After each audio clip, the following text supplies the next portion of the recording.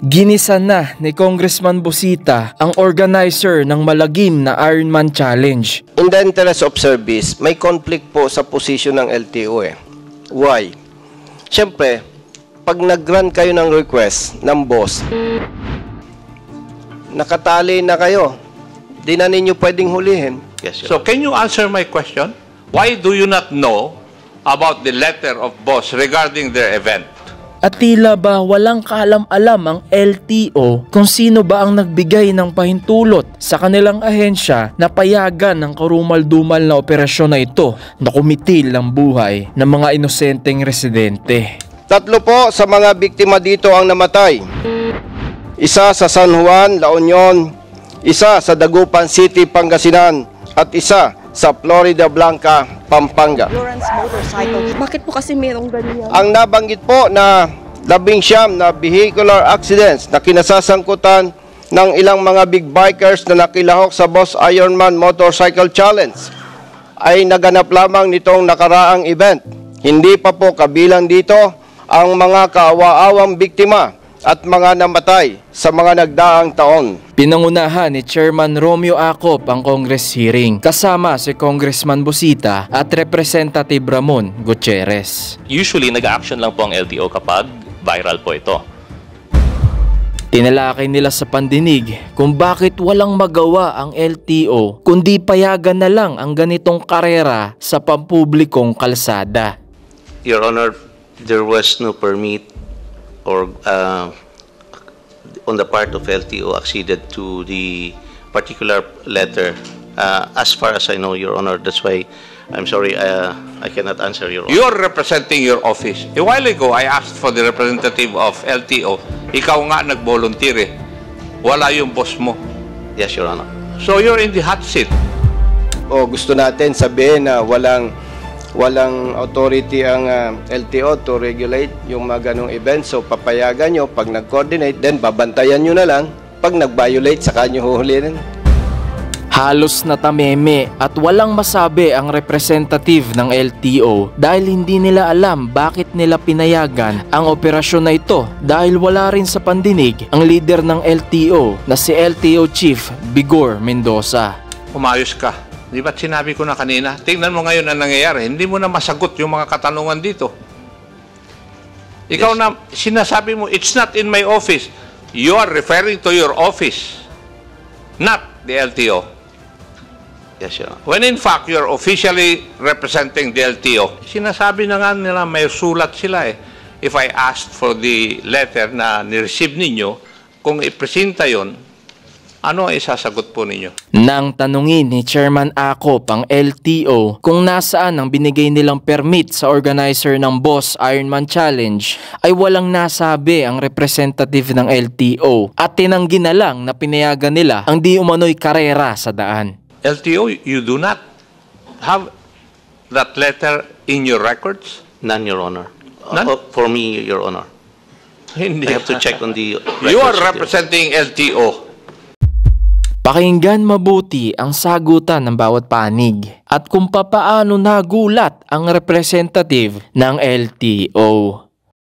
Mr. Chair, for LTO, familiar kayo siyempre sa Republic Act 4136, tama po ba, Mr. Chair? Of course. May be recognized, Your Honor. Yes, Your Honor. So nakita po ninyo yung present nating video. Mayroon po ba dong violations sa reckless driving? Yes, Your Honor. There's under the traffic part of the 4136. Okay. Yes, Your Honor. And napansin po ba ninyo yung gaano kalalakas yung kanilang auxiliary lights? Yes, Your Honor. So that's why we listed the possible violations, reckless, speeding, and illegal modification. So, in the event na may magre-request uli sa inyo, maiisip po ba, Mr. Chair, ng LTO na dapat definitely i-deny nyo yung request? Tama po ba, Mr. Chair? In compliance with Republic Act 4136. Your Honor, under Republic Act 4136, there are no particular provisions on the authority of LTO to regulate the conduct of races. Yes, yes. Pero, siyempre, pag magaling kang mag-isip, o gusto natin sabihin na walang authority ang LTO to regulate yung mga ganong events. So papayagan nyo, pag nag-coordinate, then babantayan nyo na lang. Pag nag-violate, saka nyo huhulihin. Yung po ba ang gusto ninyo sabihin? Your Honor, we conduct these operations to apprehend violations of traffic rules and regulation on a regular basis, even if it's not part of the conduct of a race or this kind of activity. We still conduct the operation to implement the provisions of Republic Act 4136, Your Honor. Mr. Chair, pwede ko bang tanongin yung boss, meron po bang somebody na nag-assist sa inyo o kayo lang talaga, boss officers? Mr. Chairman, I would like to be clarified kung ano po yung nag-assist. Alam niyo po, hindi madali na magpalabas ng directive or instruction from the higher headquarters to assist your event. Ang tanong ko po, meron po bang somebody or government officials na nag-assist sa inyo para ma-approve to or ma-assist kayo, boss, Mr. Chair? Mr. Chairman, wala pong nag-assist sa amin whatsoever. Yung amin pong letter, we submitted to the office of Attorney Vigor Mendoza a letter for the conduct of Boss Ironman Motorcycle Challenge in the 19th of January.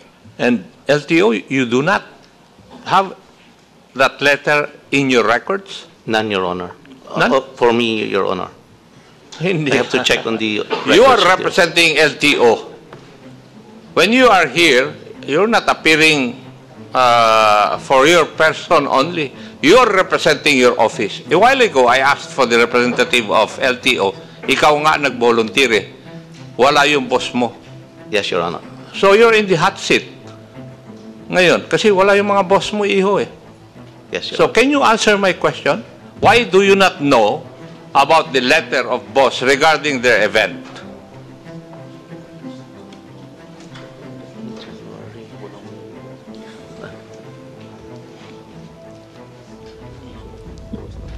Your Honor, the letter was not referred to my office.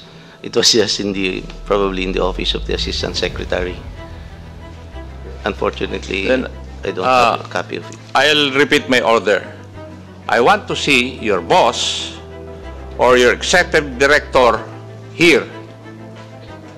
Di ba't sinabi ko na kanina? Tingnan mo ngayon ang nangyayari. Hindi mo na masagot yung mga katanungan dito. Ikaw na, sinasabi mo, it's not in my office. You are referring to your office, not the LTO. Yes, Your Honor. When in fact, you're officially representing the LTO. Are you taking this committee for granted? No, Your Honor. Umayos ka. Otherwise, I'll move to cite you in contempt. Yes, Your Honor. Yung mayor nga namin, nasa bikutan na. Yung mayor na sinite namin in contempt. Hindi na dito kinukulong. Doon na sa bikutan. So you better be careful. Sir, yes, Your Honor. Sinasabi na nga nila may sulat sila eh. If I asked for the letter na ni-receive ninyo, kung ipresenta yon, ano ang isasagot po ninyo?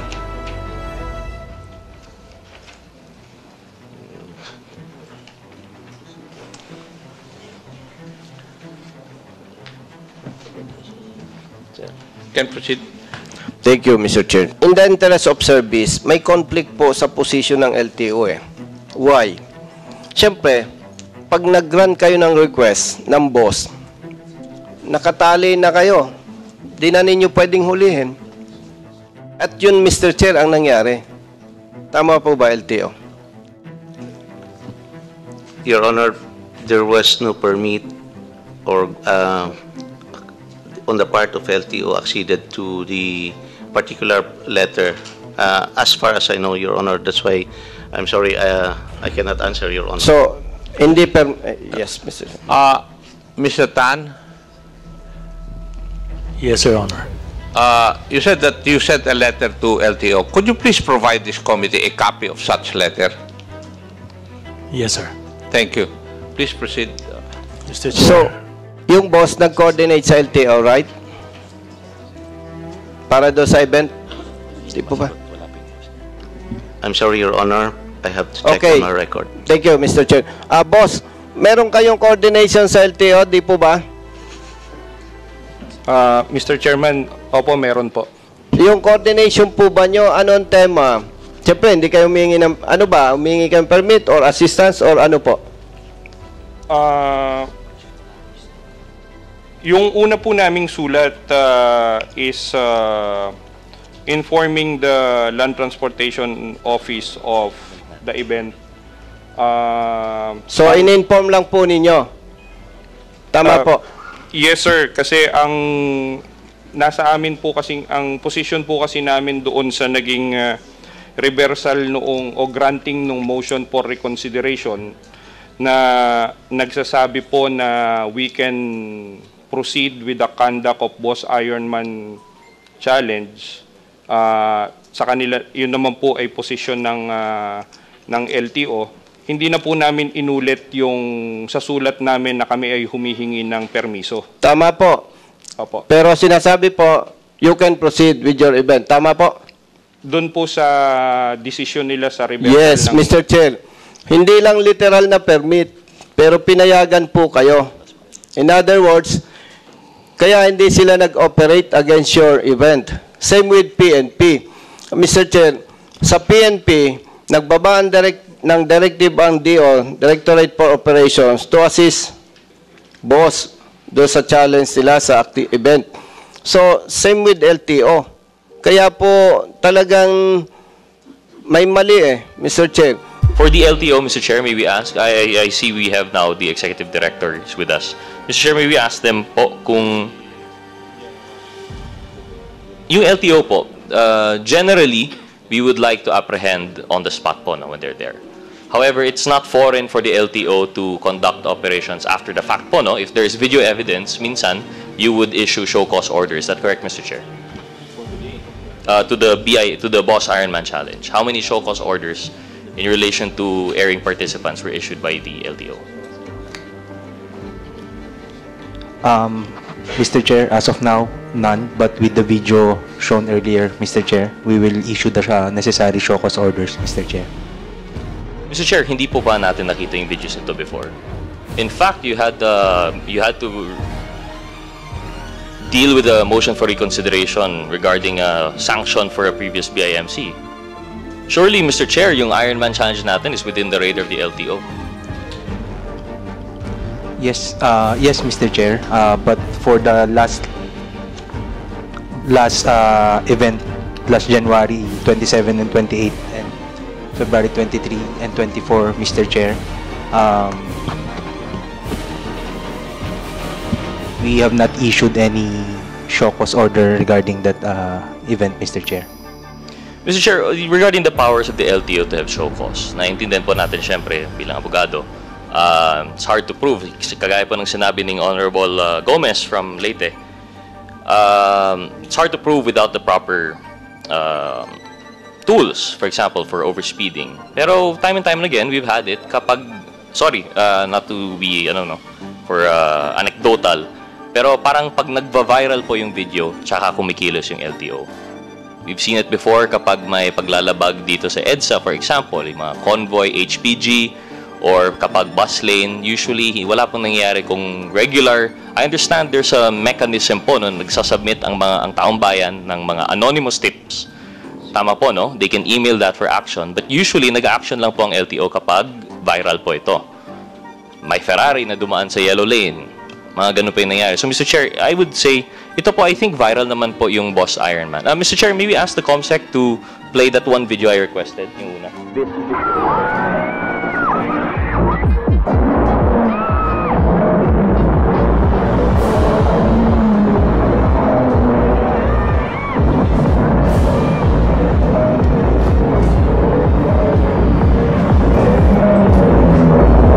Thank you, Mr. Chair. Yung una po, may nag-wheelie. Is that allowed by the LTO? No, Mr. Chair. What kind of offense can we, pwedeng ipatong po dyan, Mr. Chair? Reckless driving, Mr. Chair. Can we, pwede po ba magpatong ng reckless driving on a video evidence alone?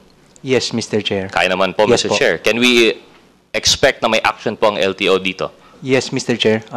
We will coordinate with the organizers, Mr. Chair, because based on the video, we cannot identify the plate number Of course. of those vehicles. So, considering that per discussion, they know who arrive based on in one place in a given time.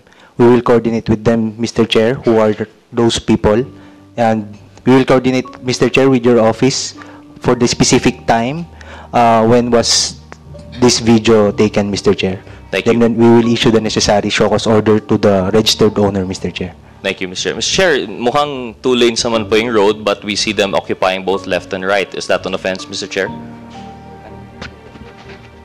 Yes, Mr. Chair. Can we also likewise have action on that, Mr. Chair? Yes, Mr. Chair. Thank you, Mr. Chair. I just chose this one video, for example, just show, no? Minsan may mga nagva-viral na video, tsaka lang gumagalaw ping LTO. Hopefully, they will consider this because what I want to put forward next is something that we've been discussing sa party list, and hopefully, with the indulgence of the chairman, we will be filing the appropriate resolution.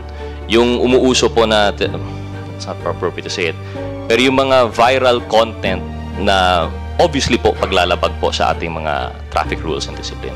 It can't be denied. Sabi nga po ng president ng boss, there was a surge of riders in 2022. And with that surge of the motorcycle industry, nag-surge na rin po yung content that seems to be morally unguided.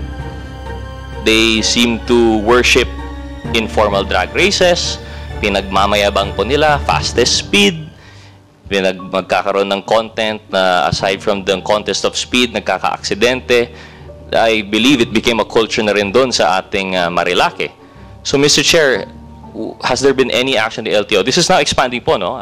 Apologies, expanding na po ito from BIMC.